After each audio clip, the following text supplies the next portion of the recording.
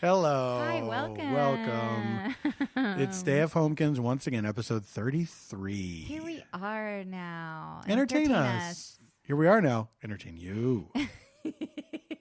We are a married couple. My name is Paul F. Tompkins. He's a comedian. My name is Janie Haddad Tompkins. She's an actress. Together, we are doing this. Quarantine pandemical podcast. A magical pandemical podcast.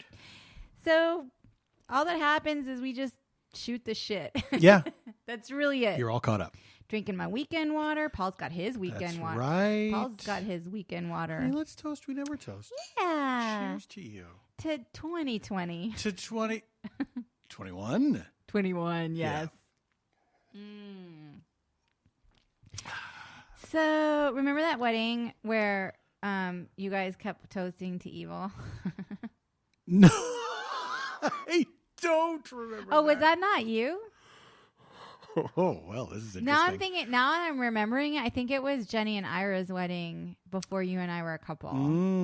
Okay. And all the drunk, we got really drunk because it was in wine country. This is tough because it sounds like something that I would do.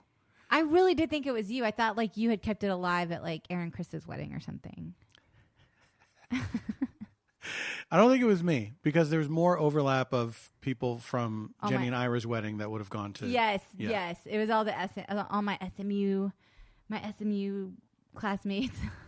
But you remember, I'm still friends with. You remember Aaron Chris's wedding? How I was the hit of the bus back to the hotel. Oh my God, y'all! Because we were up in the middle of nowhere in California. We were in Mendocino, right? Mendocino. Wait, can I just say what was so crazy was their wedding was in June. Yes. And I was not warm enough in a wool coat. It was night. freezing. Like I could not believe how cold it was. I thought it was like June. Yeah. California. You thought it had busted out all over. But it got very cold. You got to tell everyone how drunk you got though, because that's really that's your takeaway. It was a wedding. Because my SMU buddies, they made you do that tequila shot. You were so haunted by that shot because here's the thing. When I was younger, you wore a younger man's clothes.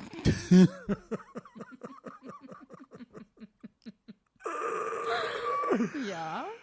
When I wore a younger man's clothes, I was pretty much a beer drinker and I would drink whiskey. Mm-hmm. And so on 2 occasions, I had margaritas. Like there was some day drinking that was happening. Some Margos. Whoever. We had some Margos.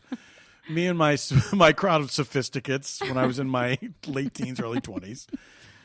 And I feel like the tequila made me very sarcastic. Ornery. It made me very, I was kind of. You said tequila makes you ornery. I was kind of nasty, yeah. Uh-huh. Yeah.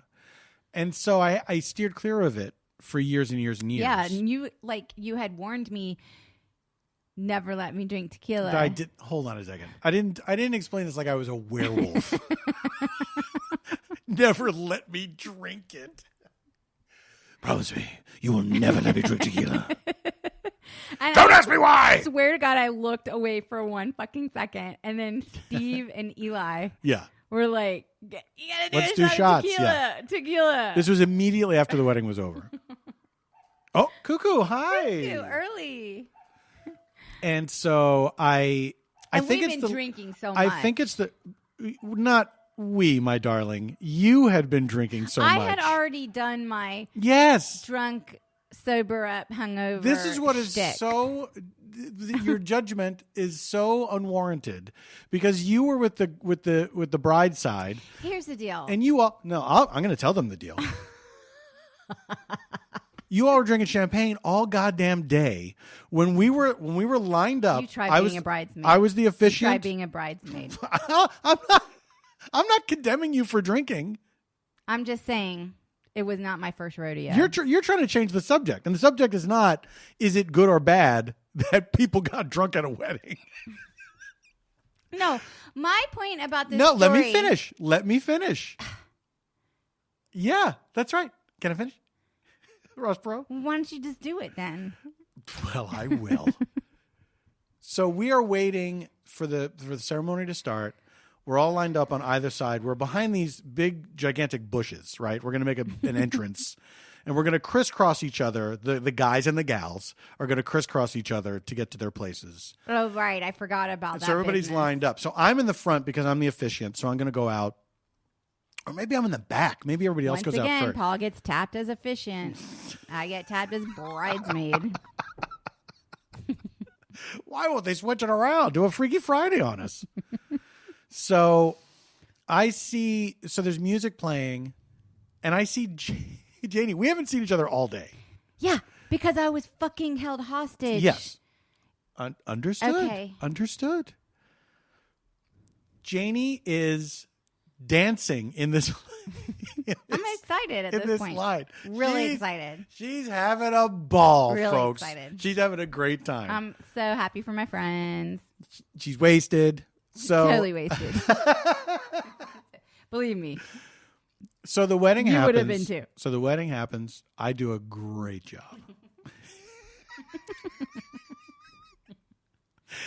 So after the wedding, it's that weird cocktail hour where you have to wait for people to get pictures taken and stuff like that. Yeah. And I was at the bar. I was going to get like a glass of wine or something, and then Steve and Eli were there. I thought the shot happened later. Like no, at the end. In my memory, it happened early. Oh, see, I thought it happened at the end. No. It happened early because it was still daylight. Really? Yes. Oh, I thought it happened once it got dark. No. Well, you were drunk, honey. So listen, you were drunk. Everyone was drunk. Everyone was drunk.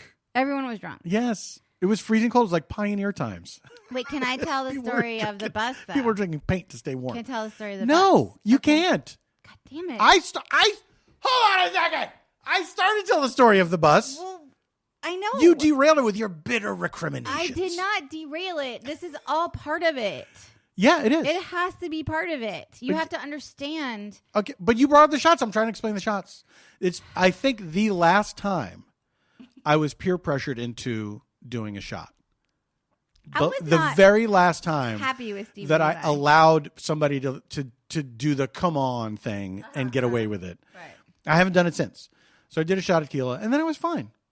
And then I was fine. Okay. And then there was a long reception. Mm-hmm. Long reception. Very long. Open bar. Everyone was drinking. Now we're staying. Why was it so long? We're all staying. Now I'm remembering it. It was a fucking party. Like it started early. It was at the home of a relative. Yes. So we didn't have like that sort of lockdown. Yeah. Hard out. There was and because it was sort of in this area, people were shuttled in, and so people couldn't leave.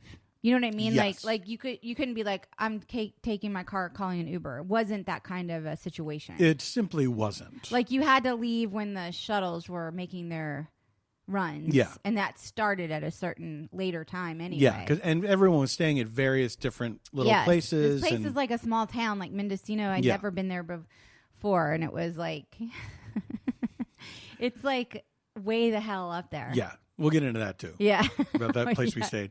So it's time to go back. It's time to go back, and I'm on the bus. We're all on this little bus. I couldn't get you on an earlier bus. We were on the last bus out. Yes. Because I was like, I'm cold. I'm like nauseous. Like I've already been drunk and hungover, and now I'm sober again. And I'm trying to drink some more, but I'm not feeling it. And like you've gone through your whole process. And you're already. like, you had your like, bow tie hanging and your shirt open, like. That's like squatting on the floor, like true. Sitting against the wall, and I'm like, "Can we get on this next shuttle? Can we get on this next shuttle?" Squatting on the floor, sitting against the wall. Yeah. You're like, "Oh, let's just stay a little longer and all this stuff." And I was like, "Come on!" And then finally, I was able to get you on the last bus because it was the last bus. Yeah. Well, I mean, I saw a reason. I'm not going to sit at a party after it's over. So everyone files on. It's like pitch black, dark. I mean, it's dark. Yeah. We all file onto this shuttle. That's right. Bus. And this woman is driving it like, in her, shuttle bus outfit. Like her white Oxford and black pants or whatever, event. Yeah. Event, whatever. I'm handing it over to you so you don't have it. Yeah. Thank you. So I don't have what? a cow. Okay, Bart Simpson. Cowabunga. So I start singing Tiny Dancer because it's not long after Almost Famous. And there's the famous scene on the tour bus where they sing Tiny Dancer together. Yes. And so I did that, and people laughed, but they sing along. People lost and their everyone realizes at the same time how few words they know to Tiny Dancer. Then, but they're like scream shouting singing. Yeah. Like people are scream singing. Like it's not just like blue jean. It's like, keep in mind, this is the last bus. it's like, oh my class, It was beautiful. Like it was like 30 people, and then it stopped, and then Paul went into TV themes. I wanted the TV theme songs. Theme songs. And let me tell you something. And he did not let up the entire half hour. And people sang along. People loved it. We did. Paul was the Jeffersons. Paul was holding court. We did. I was not holding court. Nothing of the kind. I was just getting it started. I was the party starter. Well, okay. I started the sing-alongs. Mm-hmm. We did the Jeffersons. I think we did Good Times. Mm-hmm. I don't know. We might have got one more in before we got to our hotel. I know. What else was there, like Golden Girls or something? Cheers might have been in there. Cheers, definitely Cheers. I bet Cheers was in there. And then we got to our hotel. Door opens on the bus. I absolutely fall out of the bus. I had to I've never done where I've had to hold Paul up. Oh, come on. Well, like you had your arm draped around my shoulders, and I had my arm around your waist. I love you, baby. And I was like, "Come on, you can do it. Come on." I think there's a little bit of embellishment. I was like, "It's okay." On I was like, mind your step there. Mind your step. Okay, we're almost there. You were just and then I poured you into the bed. Like I poured you onto the bed. Yeah. I was like, a successful night. I'm sweating. I'm dripping sweat. And I'm like, I gotta find You act like you fireman carried me. First of all, if you were holding me up, we would fall down. There's no way. If I needed you to hold me up, we'd both be on the ground. I'm studying you. First of all, there was some crazy shit that went down at this wedding where two of the invitees somehow thought the invitation said Montecito. Yeah. And apparently, because I've never been to either place, Montecito or Mendocino. Montecito is 2-hour drive from Los Angeles, where everyone was coming from. And they were on their way to the wedding, and then looked down and saw it was Mendocino. And Mendocino is way above San Francisco. It's a good couple deal hours above San Francisco. Because we flew into San Francisco, rented a car, and then drove these crazy windy foresty roads to get to Mendocino. Which I thought was fun. No, it was really pretty. It was fun. And then, so there are these wine places along the way. And there was I can't remember the name of the vineyard or whatever, but there was a champagne place, a place that made I don't know who it was, Tattinger, some whatever, California, whatever. And Dom somebody. Whatever. And I was like, oh, I want to go tasting there so bad. And you're like, well, let's do it on the way back on Sunday. And I was like, okay. And so after that event, the night before, where I poured Paul into the bed and everything,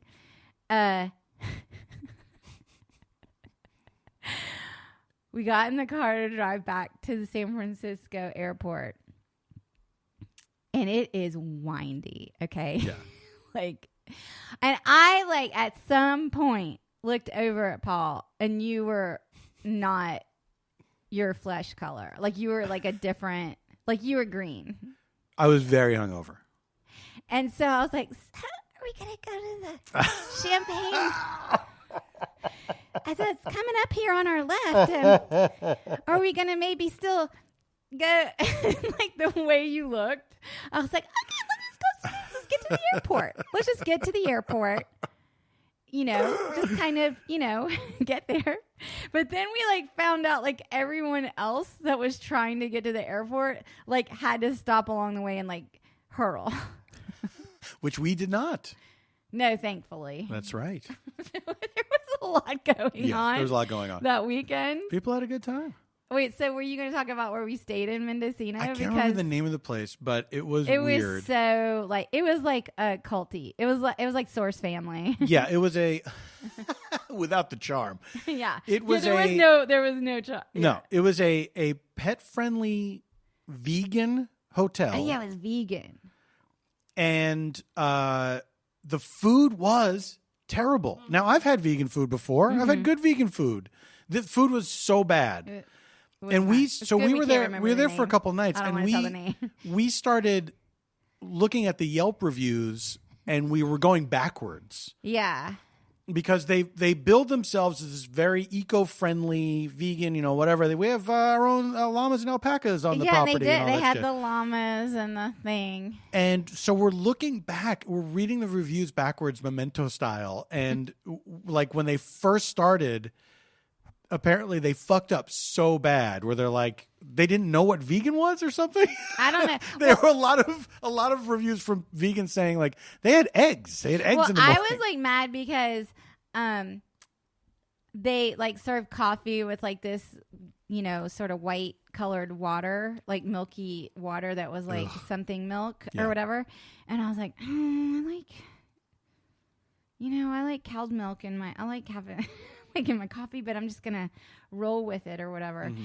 And so I'd been having this subpar coffee experience when we got there, and then the next day, remember Jay and Christy came and sat next to us, and he requested half and half, and they brought it to him. Yeah. And I was like, wait a minute. Then we found out that you could absolutely ask for, if you just ask eggs. For things, yeah, can I have real eggs? Yeah, sure, no problem.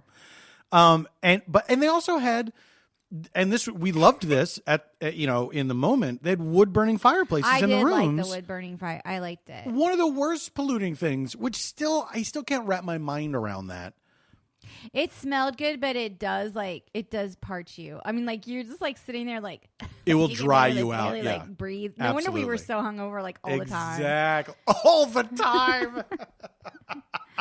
Anyway, it was a fun weekend. I'm not trying to knock this weekend. No, we had a great time, but the place was so goofy. It was funny. It was They had plastic sitcom. Water bottles. They had all this. It was like Portlandia. Yeah, they were doing all this bragging about all their their eco-friendliness, and then they had so many violations. It was they thought they were set every time, and then there'd be a new Yelp review. But I do think in Mendocino, because of the sort of Northern California weather, all of the hotels had those wood burning fireplace. That was really. I think that was part of the deal. It was very. I had never been in a hotel. It smelled amazing. I love a fireplace. Yeah, I love it so much. But I mean, it is really bad for the environment. It is terrible. I still can't wrap my mind around that, because it's that used to be how everyone heated their homes. I don't get why it's so bad for the environment when fire is an element. That's a thing that happens. Well, I think because the type of pollution it creates is not as insidious or evil as the kind of pollution right. And fossil fuels. Is it lasting pollution? I think it's bigger particles that eventually settle versus keeping the air polluted forever. All right, I'm going to look into this. If that makes sense. Look, nobody write to me. I'm going to look it up. But also, it's not great in our area to have we have the no burn days in LA because of the fire danger. That somebody around here ignores every time. Well, I get every no burn day. I smell very close a wood burning. Right. I think it's our next door. You think it is? Yes, I do. They probably listen to Stayfhomekins. Probably. Now they're gonna, they probably know do. We know. I didn't say which ones. I didn't say which side. Anyway, guys, I don't know. I can't believe we got into that story because, really, this still feels like the cold open to me. Oh, the cold open. It still feels like the cold. I'm just saying, this is an interesting time. Mm-hmm. this time next week when we put out our next episode, we should know who the next president is. Yeah. Care to make a guess? You know what? I don't care to make a guess. You don't want to get in the prediction game? I do not want to get in the prediction game because I every time I start to think about that and I start to think, well, this leads to this and this points to this, I realize that we are living in a weird world where you can't make any predictions with any confidence. Well, because there's all of these like outrageous things that can happen, right? Well, flukes still happen. Like okay, so I'm big into following the information. That's just my thing. The data, and I'm speaking completely unemotionally right now. Like Data would. From Star Trek? Yeah.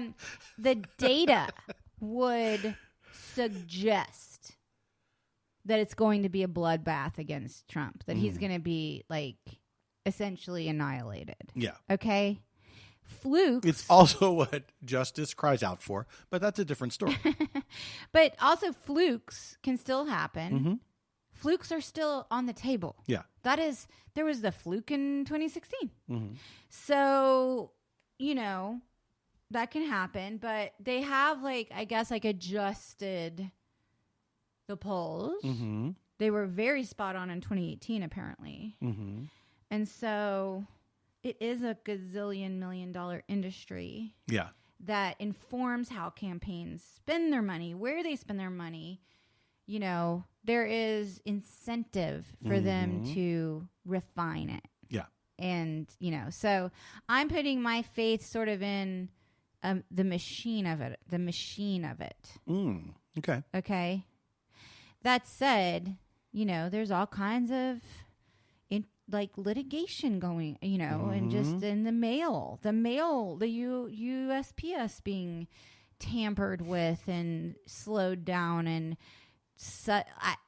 now that you say that out loud, that they decided to do a major overhauls on the United States Postal Service months before an election. I mean, that's insane.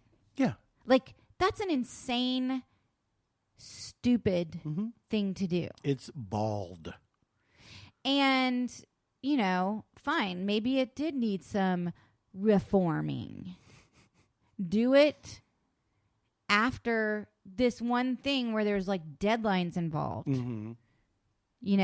I would even say wait till after Christmas, because a lot of people send holiday cards and gifts in the mail. That's true. And, we just don't need that messed with in 2020. We need it fixed. Do it in 2021. Well, and also the way to fix things is not to make sure harder. that there are fewer mailboxes, I know. to put a bunch of them on a truck and take them away. Yeah, it doesn't make sense. Yeah. So it's the sorters. The sorters, that's what they got rid of. They weren't broken. The sorters. There were several. There was a multi-pronged attack. But the sorting, the getting rid of the sorters was the thing that I didn't understand. Even if you're not trying to impact an election, wouldn't that be a good young adult book, The Sorters? I don't know. Maybe not. Maybe younger than that. But if they're a borrowers type race of people. A what type? The borrowers. You don't know about the borrowers? I didn't read that. I never read it, but I know of them. Okay. And I almost saw the movie because Jim Broadbent is in it. Oh, he's good. Not enough to make me watch it though. Speaking of movies, guys, a lot of you listeners already are aware because they follow us on Instagram and Twitter. We are stayfhomekins at those places. We put out on Thursday morning. Sorry, I lied. A watch along with to play and sync up alongside a. What is your problem? What's going on? Interview with a vampire. What? What? What's wrong with you? Just so many modifiers for the thing that you were trying to say. Jesus Christ. Guys, rescue me. Rescue me. Oh, rescue me. Oh, your life is so bad. Rescue me. This has been how long have we been? Oh, your life is so quarantined together. This is like I used to have a life before this. I saw friends. I went to lunch with my girlfriends. I feel like you're still doing that a lot. I haven't seen Samantha since lockdown. That's true. Does Samantha listen? Hi, Samantha. Do you listen? If you don't, fuck you. No, she has a job. She has a job. There are many people that listen to this show that have jobs. She has a job that requires her attention for the full 10 hours a day. It's true. She's in a Zoom room. She's in a Zoom room. Yeah, she's writing on a show, and she has to sit in front of a Zoom screen all day. Yeah. God damn. And she has a child in virtual school. So that's true. Yeah. That's true. And she's trying to make both things the same, which I think is illegal. You mean the Zoom room in the school? She's pretending that the Zoom honestly, room is school. If she sent her daughter to Zoom room instead of school, her daughter would be ahead of all of us because then she could start writing on a show in like 10 years. They just want them younger and younger. My whole now point it's going to be 12-year-olds writing 1-hour procedurals. How's everyone coping? Are you stuck at home with people? Are you alone? Do you have a pet? Like, what's going on? I know we're still like I actually read some articles. There are other places where like indoor dining is happening. It's so wild. Not in Los Angeles County. We don't even yet. Like I took a walk to the boulevard to do some errands up there, and I saw a guy doing yard work on his property alone in a mask. Now, okay, fine. God love you. You want to follow the mask protocols or whatever. Yeah. But like, was he going to be like rushed by a crowd on his property? Like, honestly, like, do you know what, it is like there's a like it is taboo in our neighborhood to even put your garbage out without a mask on. It's true, but let me say this: because I will take the garbage out without a mask on. And if I see somebody else, I feel weird about it. But they're not coming on the proper. They're not like... No, they're not coming. It's never like somebody that's that close. And usually if they're walking close, they have a mask on too. But it makes me feel weird when it's like, I want to explain. Like, I'm just going out of my house. I'm going right back in. But but our neighbor, we had a neighbor that we saw one night. We were walking back from somewhere. Oh, right. We were taking our little evening constitutional. No, I think we were at the neighbors. We were at Ben and Julie's and we came home. Oh, okay. We were at our neighbors. We came home. We came home. We were in their yard. Home. We were in their backyard, and then we came back. It was dark out. And we had masks on, right? I don't remember. I believe that we did. But then we saw her. No, I guess I did. I think I put it, even though it was like around the corner, like it's not that far. We saw our neighbor who was letting his dog out. And he had a mask around his neck, and he started to put the mask back on. And then it was like he recognized us, and he didn't put the mask on. And I was like, hey. Just because you know us? I didn't notice that, but like we were so far away. Like honestly, I didn't. The etiquette of it is interesting because... It's a good word. There is like... It sort of angers me. I know it angers a lot of people, but like that has become a political symbol versus just a practical thing. Stupid, yeah. Because now it's no longer like, well, I can walk to the corner and not have the mask on because then I might be mistaken for one of those, like science deniers or something. Yeah. And like we live in a populated city and we don't want to be, like you don't want to have to deal with a situation that you bring on yourself, So, I don't know. I think that's sort of part of it. But, like, in our neighborhood, I do feel like you're walking alone and no one's, like, even within 20 feet of you. Come on. I don't know what your point is now. I think it's, like, I don't think it's bad manners if you don't have the mask on and you're walking on a sidewalk with your dog and you're 20 feet away from me. Yeah, if somebody's sufficiently far away. But, of course, it does make you wonder about them. You know what I mean? Because you only see them in that moment. And your mind goes to, well, this person never wears a mask. I guess. Yeah, I think that's the problem. Yeah. Anyway, it's so stupid that it's become this divisive demarcation of like where you stand on politics as opposed to just like, oh, well, they might have like a cancer patient at home and they don't want to risk it. You know what I'm saying? Yeah. Like, why can't it just be like they take care of their 95-year-old grandmother? You know, like it just like, who cares? Like, everybody just do your part. If we knew everyone was just like being normal, yeah, then I don't think any of this would be this way. Like, I don't think it would be. Baby, you're talking about America as a whole. If everyone would just be normal, things wouldn't be this way. Well, that's the problem. That's what makes me mad, is that it has become this weird, like, symbol of your values versus just like, oh, I have to go to the store and there's going to be people around, so I'm definitely going to wear my mask, versus I'm taking the garbage to the curb where I don't have to wear it. You know what I mean? I also like that. It shouldn't be that thought. No, it shouldn't have to be that thoughtful. But what's funny to me is like the same people that don't wear masks, they don't want to live in fear, they're the same people who like insist on having guns. That irony is not lost on me. Honey, at all. I'm glad. It's not lost on me because there have been a couple stories out this week in particular about people like, so gun sales have gone through the roof. Mm-hmm. Oh, I heard you listening to that story. Was it on NPR or something? It was on New York Times. About liberals buying guns. Everyone is buying guns. But it's they did both sides. The interesting part is people that didn't buy guns before are buying guns. Oh yeah. And this one guy, this like blew my mind. Okay, this blew my. I think I even tweeted about it. So sorry for the double info, y'all. If you follow me on Twitter, it's fine if you don't. But like, this one guy was like having a hard time during the pandemic, and was feeling isolated, and he was having difficulty grappling with the uncertainty, like emotionally. And his friend said, "Why don't you buy a gun?"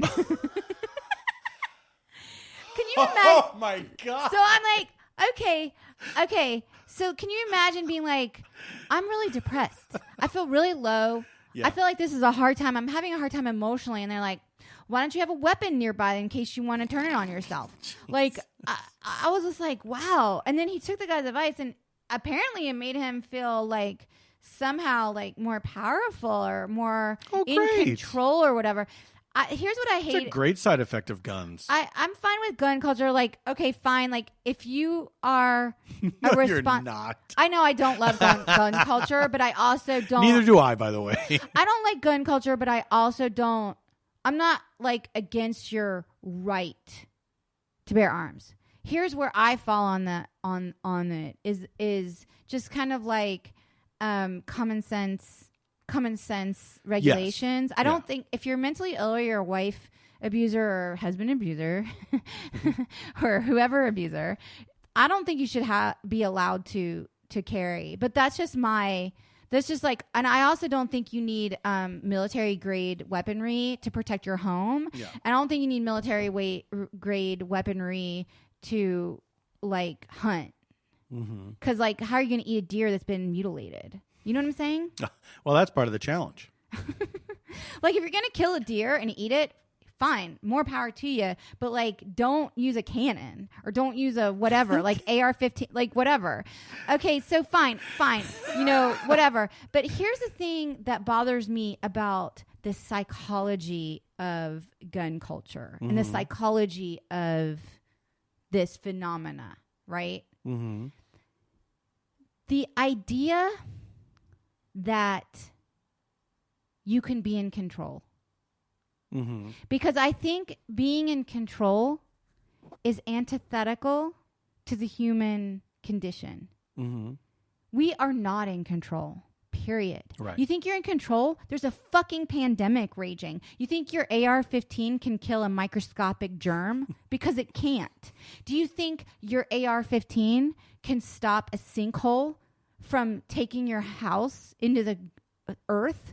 Do you think it can stop an earthquake? Do you think it can stop a fucking tsunami? I just watched season 2 of Unsolved Mysteries, and there was a whole episode on the tsunami in Japan. And let me tell you something, that shit was fucking terrifying. And even though they tried to evacuate after, and it was like the earthquake that preceded it, I want to say like 8.9. I mean, that's fucking crazy, y'all. 8.9, almost 9.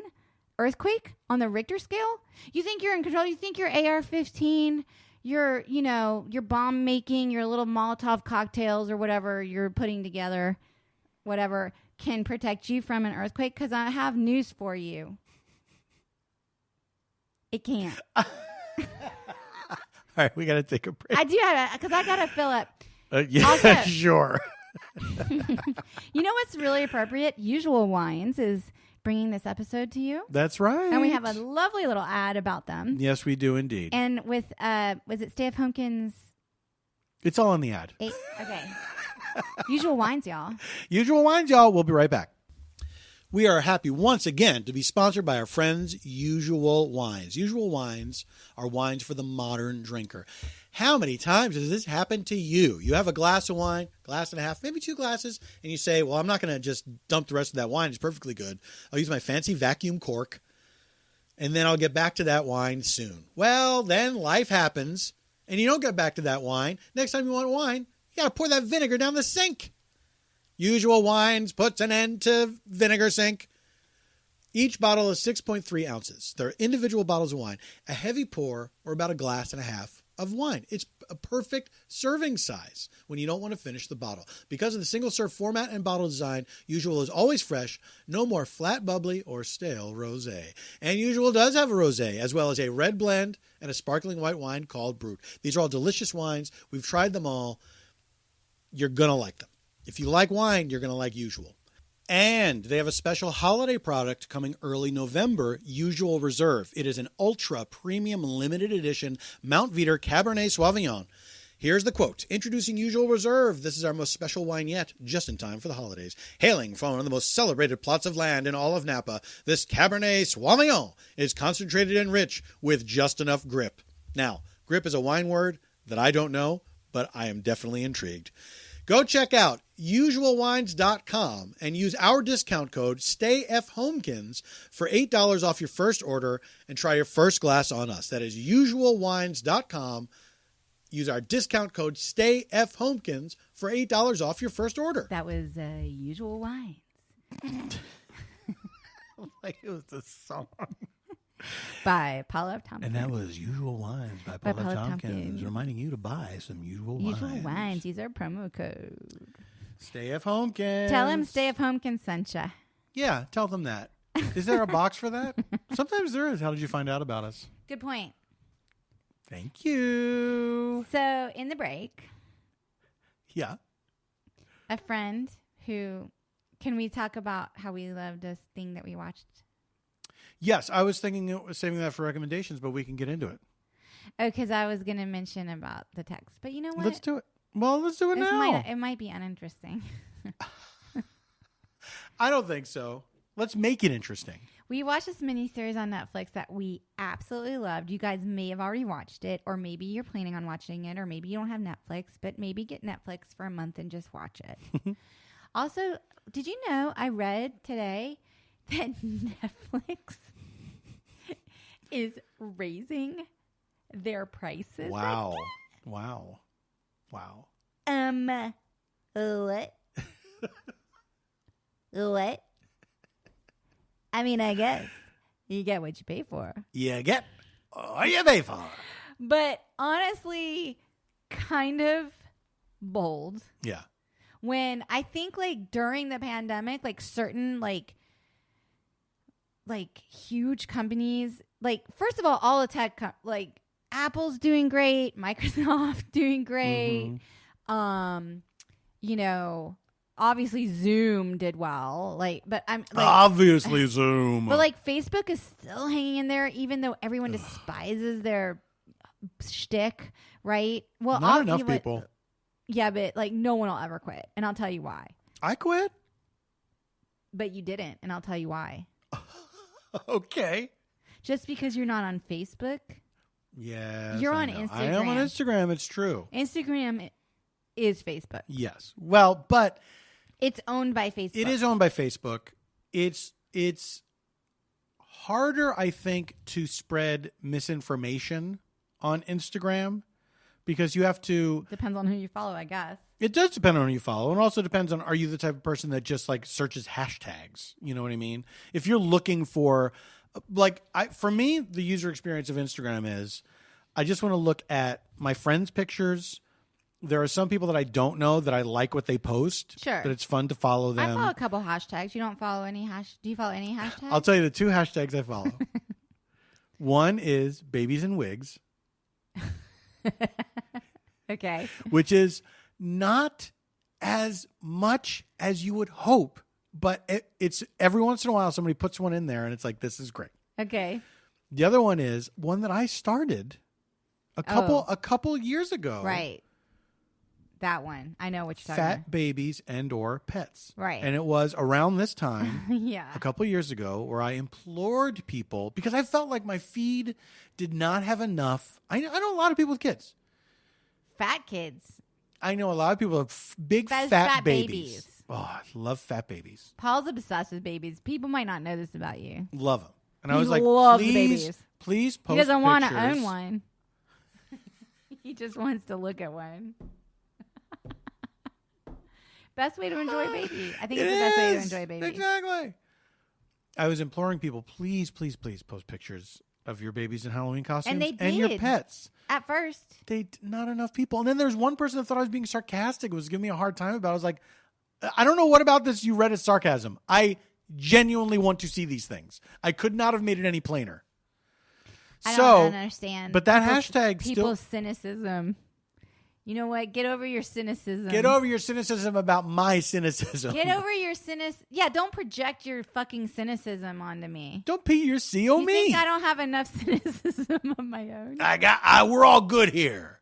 Remember in As Good as It Gets, we're all good with crazy here, or whatever the fuck I don't remember that movie. Wait, maybe that should be our next watch along. Oh, no. As Good as It Gets? Wait, was that the one with Helen Hunt? Jack Nicholson, Helen Hunt, Kinnear. Greg Kinnear. You know, the original creator said it was pronounced Dreg Kinnear. I remember liking that movie at the time. I bet it would not hold up. Really? Yeah, I bet it wouldn't. Here's what bothers me about it. I know we're getting on a tangent. We'll get back on to thing about As Good as It Gets. But is that... I thought we're still... You're not going to talk about As Good as It Gets? No, I was going to say that, but you wanted to finish the babies or pets. And I was just... Oh, yeah, okay. What I was just going to say is that, like, she was like a waitress or something. This is my memory of it. Okay, I'm probably going to mess this up. I'm going to mess this up. She was a waitress, but she wrote a book or something, and he was like a bored, mediocre white male famous writer or something. Like he was just like a thing. And he also had OCD. Like he couldn't step on cracks on the sidewalk. Hold the doorknob without wiping it or something. Yeah. And she was just like, oh, and he was also a monster. Like he was a horrible bigot. Yeah, was he? I don't remember. But like I was, because Greg Kinnear was gay and he thought he didn't like that. And then we were supposed to be happy when at the end where he's like he accepts him as a human being, kind of. I kind of want to watch this movie now. But like she was like a waitress, but she wrote a book. I think I'm making this up. And I don't remember. And that she was like, I wrote a book. And he's like, yeah, whatever. Like, you little lowly servant waitress. But you're kind of hot because you're Helen Hunt. And then he opens himself up to her. And it turns out her book is like really good.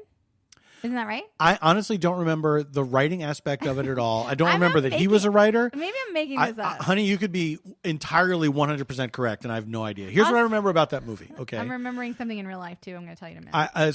So Jack Nicholson, OCD, he's rich somehow. He's by himself. He's a crank. I think he's a celebrated author. Was in my memory, he's like a celebrated author. Okay. Well, I'm telling you what I remember. You remember. Yes. Yeah. The woman who killed Selena shows up to his door at some point. Wait, and she says, "What? Who? What? Who? What?" By the way, Selena trailer on Netflix looks real good. Okay, keep there's going. a new Selena? Mm-hmm. So you don't drop in that there's a new Selena bio show and then say keep going. Wait, no, I want you to keep going because the woman who played the woman who killed Selena in Selena. I never saw the original Selena. Also played this like Jehovah's Witness or whatever that shows up at Jack Nicholson's store. And what does she do in the movie? In this movie? She's just trying to interest him in the Lord, and then he does. It was in the trailer. He goes, "Lady, pedal crazy somewhere else because we're all full up here." and slams the door in her face. So he zings her. He zings her. he zings her. He's the guy you love to hate. He burns her. He's savage. He's savage. Mic drop. We stand a cranky king. Lady, so go then, sell crazy somewhere. I'm going to use that in my next door answering. Are you next door answering? Mm-hmm. Why not? How many Jehovah's Witnesses do you think at the time that movie came out said, "Can we talk to you for a second? Please don't give us the as good as it gets" response. Just close the door. Don't do that. But we have that video. We have that video doorbell, so I'd have to do it through the intercom. I think it would be even better through and they'd be like, "What? Intercom. What? What did you say?"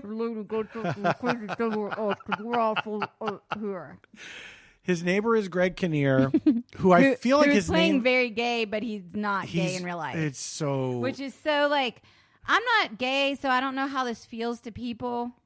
But when people who are straight who play gay, and it feels like they're putting on a persona, yes, it doesn't feel very good. No, and it didn't feel good. Does that make sense? Yes. Speaking as someone who was not gay, it didn't feel very good watching that. And I think his name is Odell for some reason. I could be wrong. Everything about this is making me angry. And then I think he gets gay. I think he gets gay bashed at some point. He and Helen Hunt somehow become friends. He draws Helen Hunt in the nude. Does she have a child in this? She's I don't remember. Mom. I don't remember. There's all these marks against her, right? She shows up. She shows up in a wet T-shirt at Jack Nicholson's door. She's very self-conscious about it.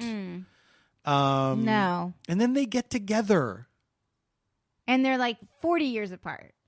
At least. At least. Which, fine, we've seen this with Jack Nicholson in movies. I mean, he's sort of this icon that we give deference to. He's our dirty old man. He's ours. He's ours. Yes. We get it. Yes, he also represents a certain era, a certain... Absolutely. And I get that. But it's tiresome at some point.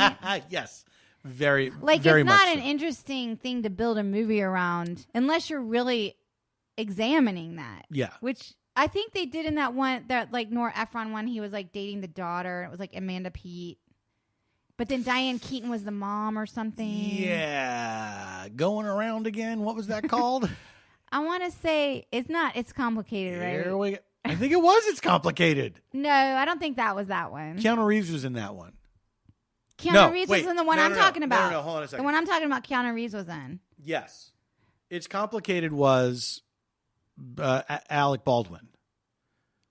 That was a different... That's right. Are you sure that's not the same one I'm talking about? I think it's not. I think it's not the same one. Really? Yes. Yes. Are you saying Keanu Reeves, Alec Baldwin, and Jack Nicholson can't be in the same movie together? It's impossible. I'm going to look it up right now because I'm sure people are. I'm sure people are going nuts. Is that what you're saying? Oh, we're going to get so many tweets and emails where they paused it at this point in the Here's what's going to happen. They paused it at this point in the podcast to send us the answer, and then they play it again. I think sometimes people don't pause. And then I've gotten you a lot look up the answer, and they're like, "Oh, you just."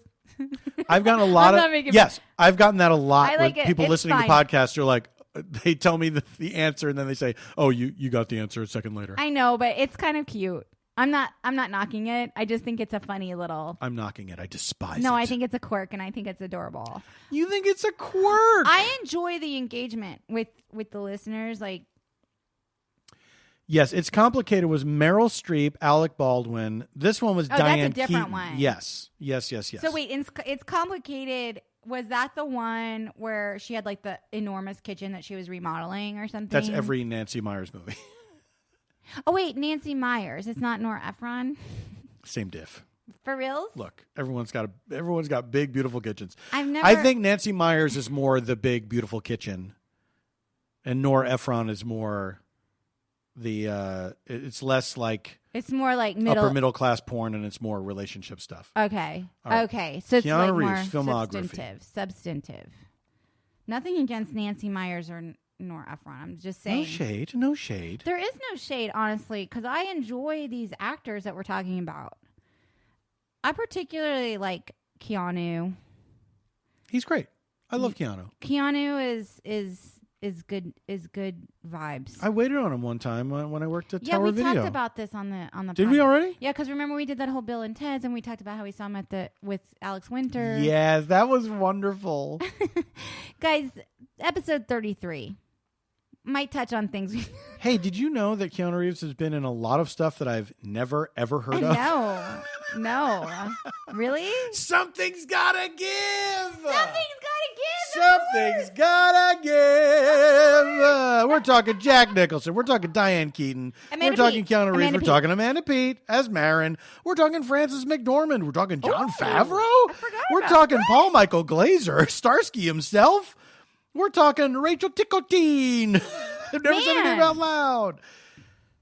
And then it starts to drop off into names you've never heard. I am fascinated by Jon Favreau's skill set. Vanessa Trump. Really? She's not a Trump, is she? She was born in New York City. Is she a Trump? As Vanessa K. Hayden. Was she one of the She was previously divorcees? married to Donald Trump Jr. You know what? Spill the tea, Vanessa. What's up with Donald Trump Jr.'s seeming cocaine use or whatever? Oh, Is that for real? I think it seems that he uses cocaine.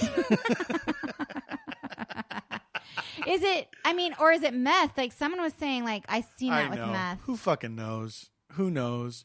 So people who do cocaine or have done cocaine say that looks like cocaine to me, and I wouldn't doubt it. He seems like a coke guy, troubled. right?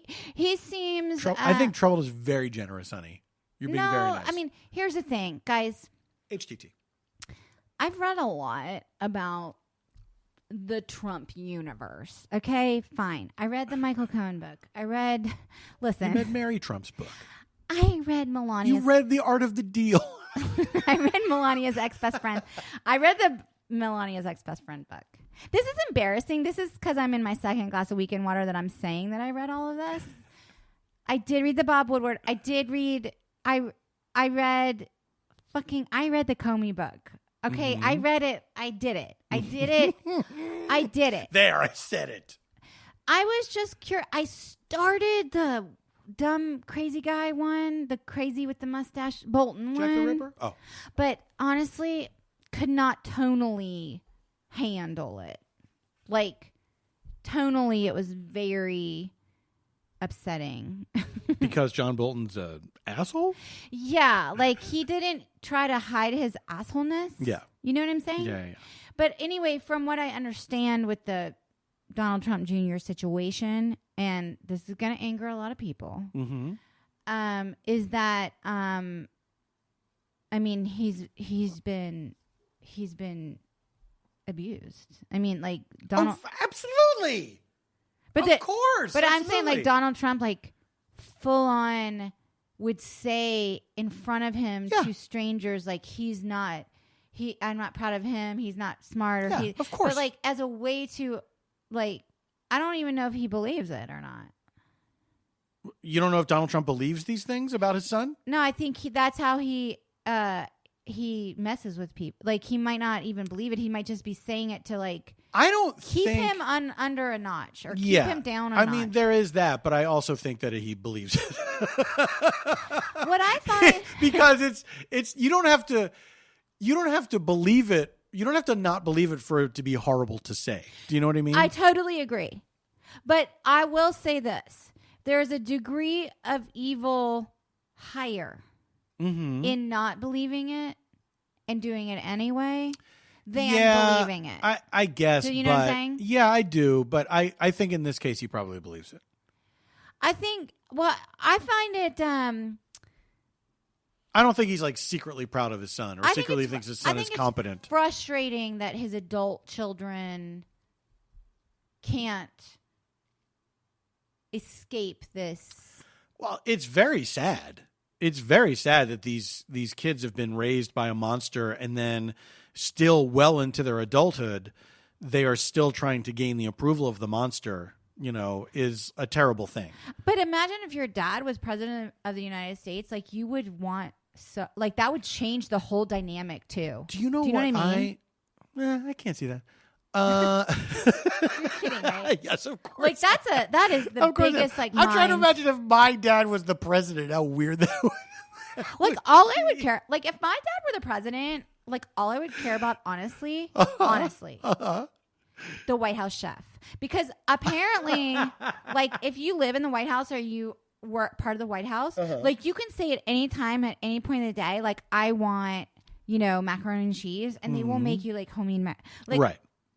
Like, that is their whole situation. Yeah. Is to be like, I want a salad with homemade dressing and da-da-da, but I also want, like, peach ice cream. Yeah. You know, and then they make it happen. Absolutely. Like, they just make it fucking happen. It's the one perk of being president. Like, how amazing is that, though? Wait a minute. I forgot what I was going to say. Oh, about the dad being president. Because I was saying, like, imagine it. No, before that. Oh, the Donald Trump Jr. using Coke. Oh, because Vanessa Trump was in, but she played herself. No, in not that back movie. that far. This always happens, not with you, but with everybody. When you find yourself in this situation where you're like, what were we just talking about? I was going to say something. And then somebody says an immediate thing that just happened. And then they go back way too far. I was saying how in these books, in these trash books I've read. Yes. Of people who had to get their story out because they were so traumatized. Yeah. That it made me feel frustration about these adult children with all these resources. Yes. To have their own identities and their own lives away from this toxic person. Yeah, but it's just like, it's the thing that bothers me about it is, why do I have to know who his kids are? And why are they interviewed? It's fucking ridiculous. Because they were a reality show family before this. I know. Just like the Kardashians. I know, but still. Oh, can we talk about the Kardashians? Oh, that's what I wanted to talk about. No way. Here's what I want to talk, because the Kardashians have been in the news. In the news, they've been talked about a lot lately because of the hologram, which is so creepy and weird. Yeah, some people might not even know about this. It just came out, but there was this hologram. This was a birthday gift from Kanye to Kim Kardashian. And we don't follow the Kardashians. We don't watch. No, we're not. We don't watch those shows, so we're not up on them. But we know about who they are. Of course we do. Because they come into our field of vision all the time. Yes. Because they're very famous. I don't know if you know this. They're very famous. I don't know who's who. I don't know anything. I know who's who to a certain degree. Okay, so here's how what I know. many girls are there? Ooh, there's Kim. I know Kim for sure. Kendall Jenner. There's Courtney. See, I know. Right? No, y'all, you're just blowing my mind. They all kind of look very similar too, and Yes. that's what bothers me is because I can't tell them apart. Right. They're all very beautiful.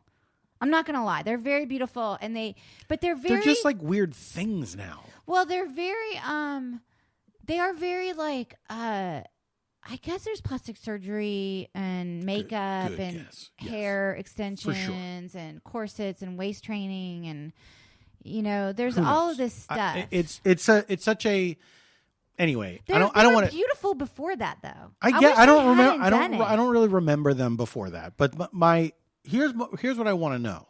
Okay, so there were two things. There was the hologram. And then Kanye's on the presidential ballot. Yeah, but there was something else with the Kardashians. She posted that thing about the vacation. The vacation. The vacation. And I love when rich people they're so unself-aware. When super rich people are not just so unself-aware, but they take the time to say, and we did this, we quarantined and everyone did it safely. It's like, that doesn't mitigate this. That's the least of the problems. So what the post was, just so for our listeners in case they didn't catch it, but Kim Kardashian posted on social media. And the only reason I think we saw it is because it went viral. Because I don't think we don't follow the Kardashians. Like a lot of things, like you wake up and you see all the responses first. And I didn't know what it was about. And you're like, about. what are people talking about? And then you see... I was lucky enough that the first one I saw was somebody who, quote, tweeted it. And then I was in on the ground floor, and then I got to see the responses. So basically, a lot of really she funny posted. ones. She turned 40, and she's very wealthy, and she decided that she wanted. You're really catching people up. She wanted to have this party that was with all of her very gorgeous, wealthy. Her inner circle friends, of 50 people. And she said, I'm so #blessed because I'm super wealthy. She didn't say it like that. But After lots of COVID testing, I just wanted to go back to normal for just a brief wrinkle in time. She made it seem like, man, this was hard. Like, we had to get multiple testing, and we had to quarantine, and I had to convince everyone to quarantine. Honestly, I didn't even read it but like it was that. worth it because I got to surprise everyone so we could feel normal for just a second. Well, to me, the tone deafness was not even the COVID stuff as much as it was the wealth stuff. Well, it's everything. It's everything. It's that she was like, and I surprised 50 of my closest, gorgeous, famous friends with a private island party. I also don't know. And they were like hugging in the pictures, like hugging and spitting on each other. They were. They were like licking each other's faces. It was like, come on, y'all. Like, hey, that's the beauty of the negative test. It's like you can go to an island and spit on each other. By the way, like, haven't seen my mom since Christmas, but some people's family have died. And they didn't even get to say goodbye to them in the hospital because of quarantine. Yes. So it was just a very here's what I loved about it was it was the struggle of we had to do all this work in order to make this incredibly wealthy thing happen. And also, what the fuck else do we have to do? Like, of course, but hold on. Yeah. How much of a surprise can it be? It's not. If you're saying to a bunch of people, test 3 times. I need you to get all these tests, and then I need you to quarantine for 2 weeks. And also have your passport up to date. Yeah. Okay, fine.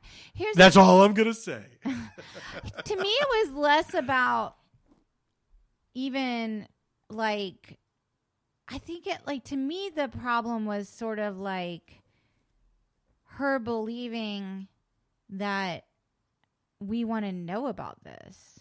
Does that make sense? But here's the thing.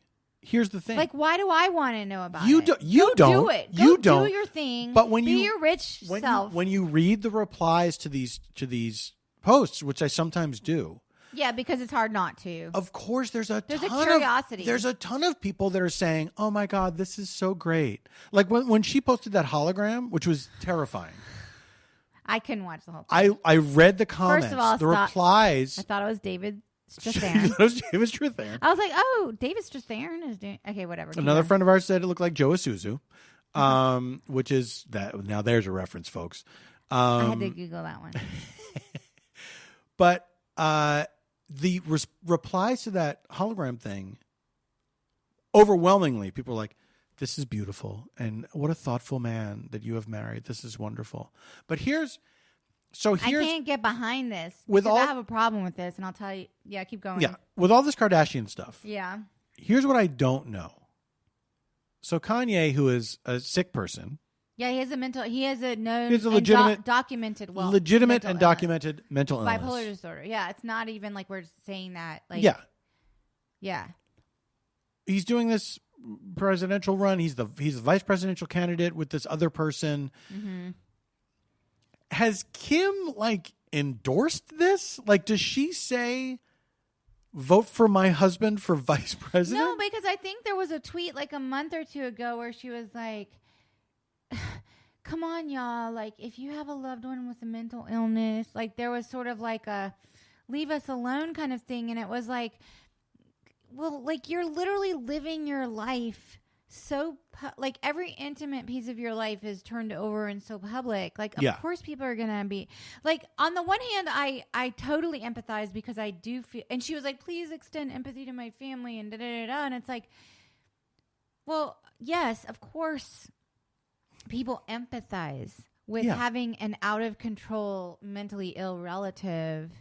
And from what I know about Kanye, which is barely anything, like he's like a brilliant like artist, right? Like he's extremely talented. He's like kind of has like a crazy like absolutely, which I think kind of probably goes hand in hand with that sort of whatever. But but not always, because we don't want to perpetuate that myth either. True. Do you know what I mean? True, but there are people who have suffered, who are very brilliant, who suffer. Yes, but there are also people that work, in the dentist's office. That's a good point. That's a good point. What my point is this. You can't have it both ways. You can't be like, "This is my dead father and this is my closest friends on this private island." Every minute of my life is being lived in the public realm. Because that's what your thing is. Your thing is, here's what I do. I'm Kim Kardashian. And I don't have a private life. Yes. That's what I'm saying. And I've commodified. That's what I'm saying. I've commodified I'm my famous private for life. existing. This is what I do. Is I Fine. be me. Yes. But when it gets into the area of the mental illness, Yes. and What I does she think about I guess he has gone off his medication. I guess. I don't know. I feel like I heard that. Very strange. And that's why like he's got been these so manic, these wild swings, yes. you know.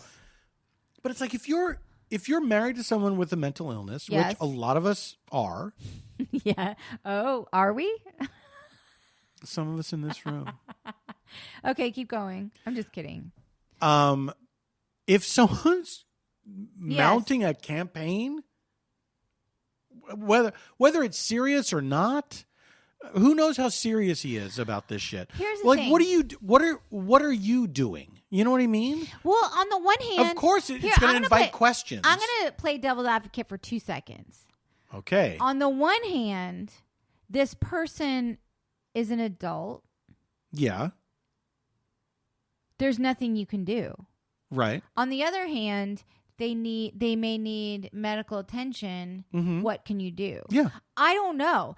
This is the conundrum, in my personal opinion, about being close to someone with mental illness. Like, if he's not harming himself or others, although that's arguable in a way, then what can you do?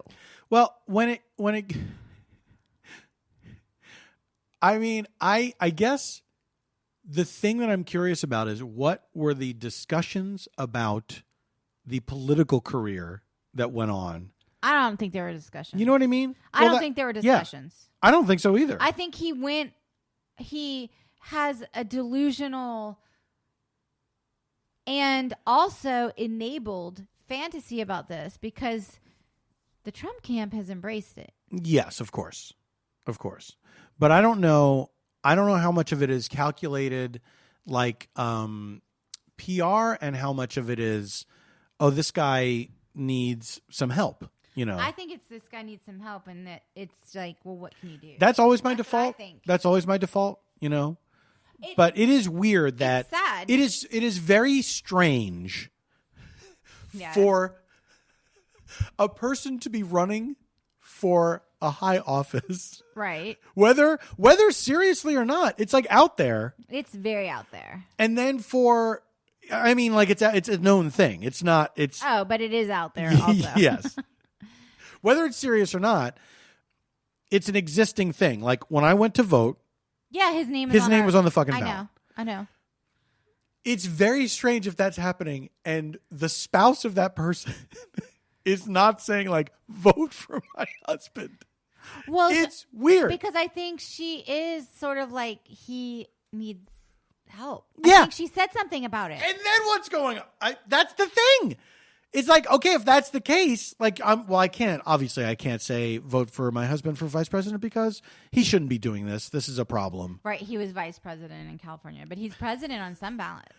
He's running as president. With the same person and they're flip-flopping? I So in don't some understand. states? No, I'm not following it. To be honest, I'm really not following it because to me it's kind of unsavory to follow it, to be honest. Like it makes me feel very exposed to be like it's like watching an accident. Yeah, it's uncomfortable for sure. Because I happen to know he's mentally ill because it's stated. Yeah. It's not like I'm supposing it. Here's the thing. Like I'm saying with Donald Trump, Donald Trump Jr. has a drug situation. Right. I don't know that to be a fact. I just know what people are. I just know it in my heart. No, I'm just saying what people are positing or saying. But as far as Kanye, it has been stated that he has diagnosed. Yes. Yeah. But it's here's the yeah. scariest thing. Yeah. What if he wins? Then what are we He's going to do? not going to win. I mean, look, I don't want to make predictions. I hate the way that we handle mental illness in this country. Oh, Like, it's the fucking worst. I find it sort of inhumane, to be honest. Yeah, absolutely. And I wonder, like, if in other countries where they actually take seriously people's mental illness, if that something like that could even happen. Like, We're probably the laughing stock of the world because we're so like, and we're America. We have to be free. Everything's free. You know? And I'm a little like that too. I'm like, hey, he's a fucking grown man. He can do whatever he wants with his money. But yeah, I actually think the whole world could be doing better about mental illness. But it's too mysterious. I think that's the problem. Well, it's only mysterious because we make it mysterious. But no, it's actually not that because mysterious. It's the brain, and the brain is the most mysterious part of true, the but body. we know so. Is it? Why is the appendix still hanging in there? We haven't evolved that out yet. That's a mystery. That is. We haven't needed that fucking thing for a million years. And you can live without a spleen. Yeah. What's up with that? But we're all born with this fucking time bomb. I hope my appendix never becomes infected, but that's a whole other. But the brain is. Yes, the brain is very. But here's what I'm saying: the brain is very mysterious. But we know so much about depression. We know how common it is. We know all of these things. We know it needs attention. That's the thing about Kanye that I don't understand. I'm not even talking about Kanye. It doesn't seem like there's attention. I'm not even talking about Kanye. I'm talking about anybody in terms of how we deal with mental illness. Yes.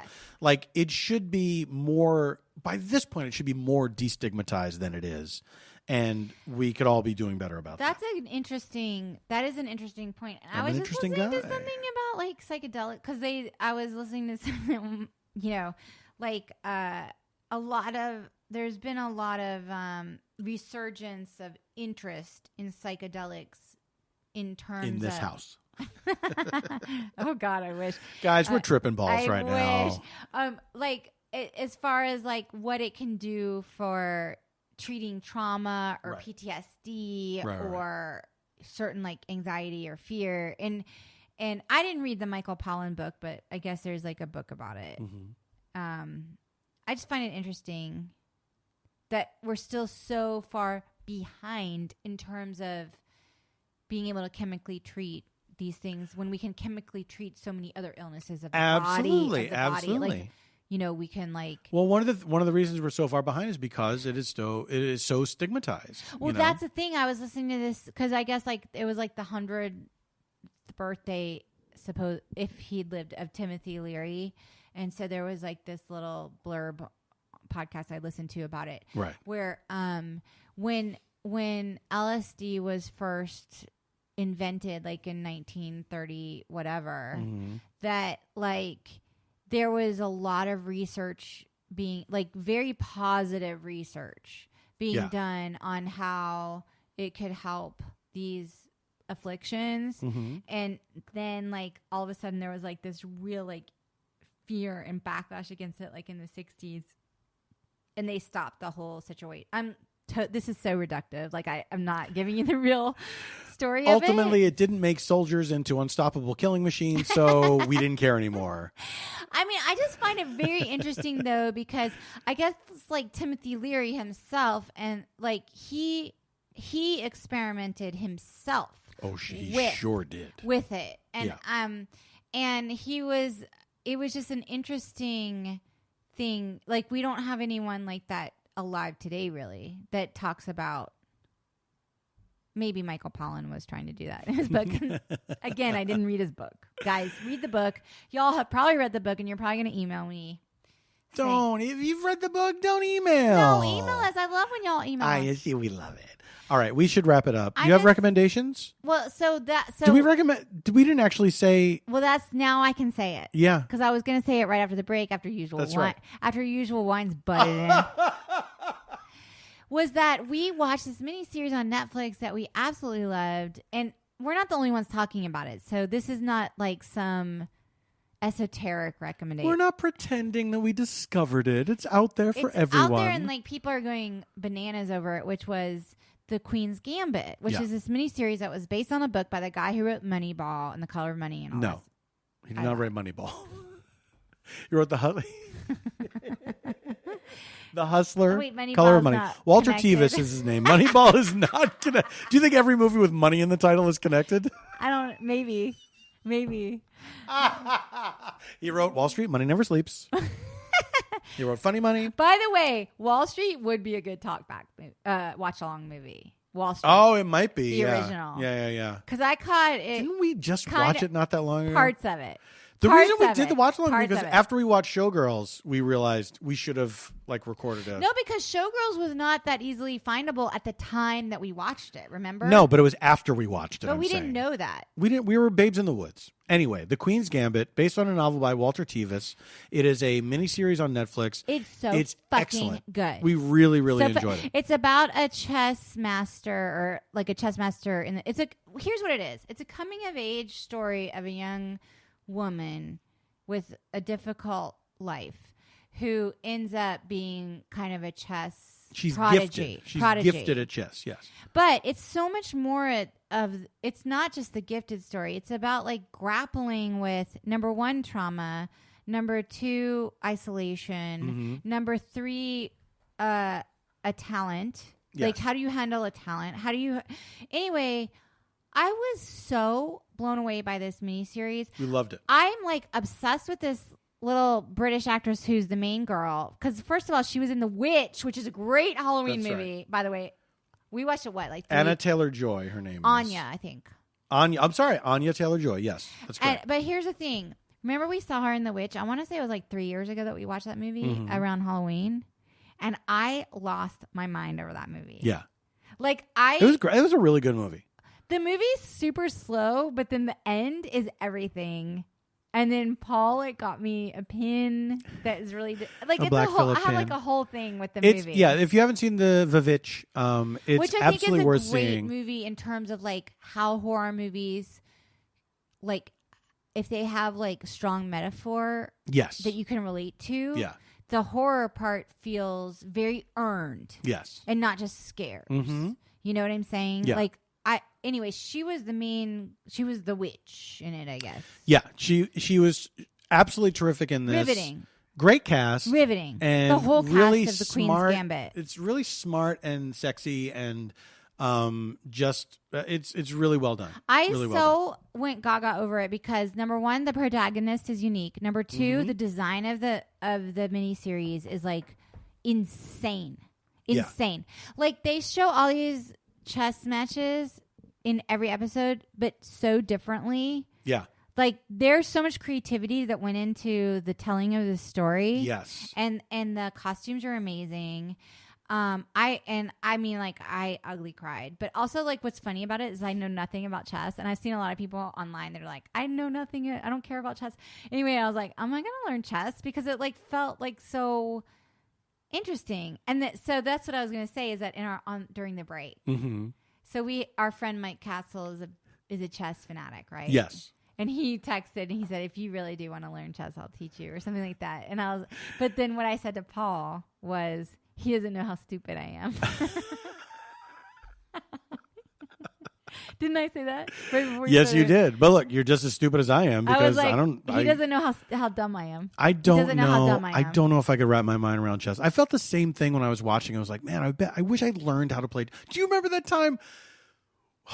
We're so close. I don't want to like drag this out. We went to the movies to see the remake of the Poseidon Adventure. Right. And Paul made us buy the VIP. Well, because they offered, like, they said, do you want regular seats or VIP? And we're like, what's the VIP? Paul will throw down money on anything, though. Like that's not true. It depends. Kind of one of my favorite things. It depends how much money it is. Because this was not like an insurmountable amount of money. It was we can afford that. He was like, oh, we're gonna make our night fancier. Yeah. Sign us up. So the VIP was essentially at the Grauman's. At the Grauman's Chinese Theater, they have like a bunch of screens, and so what happens is you get refills of your snacks, and they wait on you. Like they come up and they bring you the stuff. Yeah, and they check on you in the middle of the movie, and they're like, "Would you like another drink?" Yeah, which is terrifying, by the way, because you don't. It's dark. That's not a thing that happens at movies. Not a thing that happens at movies for a reason. So all of a sudden, there's somebody coming up like. I was laughing like the whole. Do you want more popcorn? I was laughing the whole night. And the movie was terrible. I kind of enjoyed the movie. Is that weird? But no, it's not weird. Look, having fun at the movies is not the same as the movie being good. Good point. But beforehand, we had some time to kill, and there's a VIP lounge with games. And so we sat down at a table that had a checkerboard on it and checkers. And then we sat down and we realized we could not remember how to play checkers. I barely remembered checkers. Like, we couldn't do it. I think it was this. I think it's that. And like chess is not even like close. No. But so that's the thing. It's like if I couldn't retain checkers, I don't know how at this age in my 50s I'm going to learn how to play chess. I think I could learn chess, but I think I would have to switch into a much more patient mode than is my default mode. For sure. That's the problem. Like, I think I would get frustrated with myself problem, and I'd be baby. like, I don't have interest in. Yeah, that's how I learn this. everything. That's me learning anything. I think I do want to learn, though, and I don't know if I want to involve Mike or not, but maybe I do. Maybe you do. We'll see. He loves chess enough to have offered such a thing. Yes. Another recommendation I will. There's a Halloween recommendation under the wires, the movie Oculus, which I just watched last night, directed by Mike Flanagan, who's one of the people behind Haunting of Hill House, Haunting of Blind favorite Mary. packages of haunts. It's my favorite package of haunts. Yes, it's true. You love that whole I really enjoyed it. family of haunts. I do. I love that family of haunts.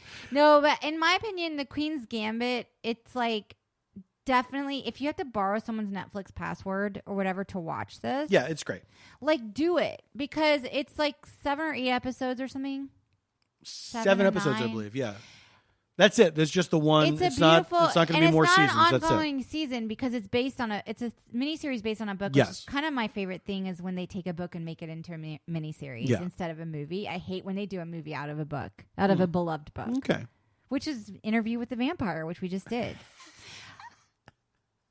Anyway, and what? Oh, so just a couple of plugs. Your plugs. I have. If you're hearing just did this, a show. The Plan 9. Yeah, I'm not going to plug old shows. But it's still available. Isn't It is still available. Okay. So, tomorrow night, as of this recording, Halloween, early evening here in Los Angeles, we're going to be doing a live Thrilling Adventure Hour. It's all beyond belief. Me and Paget Brewster as Frank and Sadie Doyle. Yes, you and Paget. And the rest of the fantastic Work Juice players. That's tomorrow, 5 p.m. Pacific. Halloween, 5 p.m. Pacific. Tickets are still available. And then Lauren Lapkus and I on Monday will be doing our Lapkus and Tompkins show, 5 p.m. Pacific. The tickets are available. Go to paulftompkins.com/live for all tickets and information. And that's it. We're stayfhomekins on Instagram and Twitter. We are stayfhomekins@gmail.com if you want to write to us. And I think that's it. Thank you for listening. We are so. Oh, and all the merch, of course, is available at kinshipgoods.com. Oh my God, there's new merch. The Weekend Water shirts. Weekend Water which shirts. we announced last week. We're seeing pictures of people wearing them. We love it. It's fantastic. And we're going to get some merch soon in the mail of our podcast, and I can't wait for it. Yes, we have not gotten our stuff yet. We can't wait to get our stuff. Well, we're last on the list on purpose. Of course, of course. Here's what's amazing. So there's Weekend Water shirts, Weekend Water mugs. There's the y'all gonna get up into trouble and Piggly Wiggly tonight t-shirt, but also the sweatshirt. That's like a splurge, but can I just say that looks like kind of the choicest one. You love a sweatshirt, and then there's a whole sticker suite. There's the Casey. There's a whole flight of stickers. And there's some like Weekend Water stickers. I mean, like, listen, like just always go to kinshipgoods.com because not only it does our official Stay of Homekins merch live on that site, but they have like awesome like Christmas presents or just like cozy they're stuff. Great. Like they're absolutely all their designs are amazing. And here's the thing, and I'm not making this up. I actually own some Kinship Goods stuff already prior to this collab. People genuinely and authentically and organically rave about the quality of the t-shirt. Like this, if you're going to buy one of these t-shirts, this is one of those t-shirts that you're going to wash a million times and love more in like 3 years. It's going to become your favorite t-shirt. But I'm saying like this is not a joke. It's not a. This is no like joke. For real. Hey, shut the fuck up. This is no joke. Oh, and there's also the masks. The clean hands, full mask, can't lose. Yeah. Which is like a little nod to Friday Night Lights if you're a fan. Even if you're not, it still is. All right. So that's where we are. We can all be fun. We really That's where we are. Everyone. We can all be fun. Thank you for listening. Thanks for sharing your stories with us. There's been a lot of personal stories shared with us. Yeah, we really do appreciate heartache and stress and anxiety, but also joyous things and pictures of pets and kids. And listen, here's the deal, guys. we are very grateful to be where we are. We're in this moment. Yeah. And the engagement with the listeners has been a gift. So thank you. The things that you were feeling, we were right there with you. This is a crazy time, but we're lucky to be able to do this, and we're lucky to be able to connect with you guys. Thank Christ for technology. Thank Christ for it. That's a new spin. Thank Goddess. You know what? Goddess, take the wheel. All right, we will be back next week. Because next week, this shit is still happening. Because we're not going. Because what else are we gonna do? Maybe we'll have a wild. Well, it's election week, so I don't think we could do a watch along this week because we have to watch the news. Well, there's more days in the week. We'll figure it out. No, it might be a whole week of election. We don't know what? That's absolutely true. All right, we'll be back next week. Until then, stay safe, stay sane, and stay home.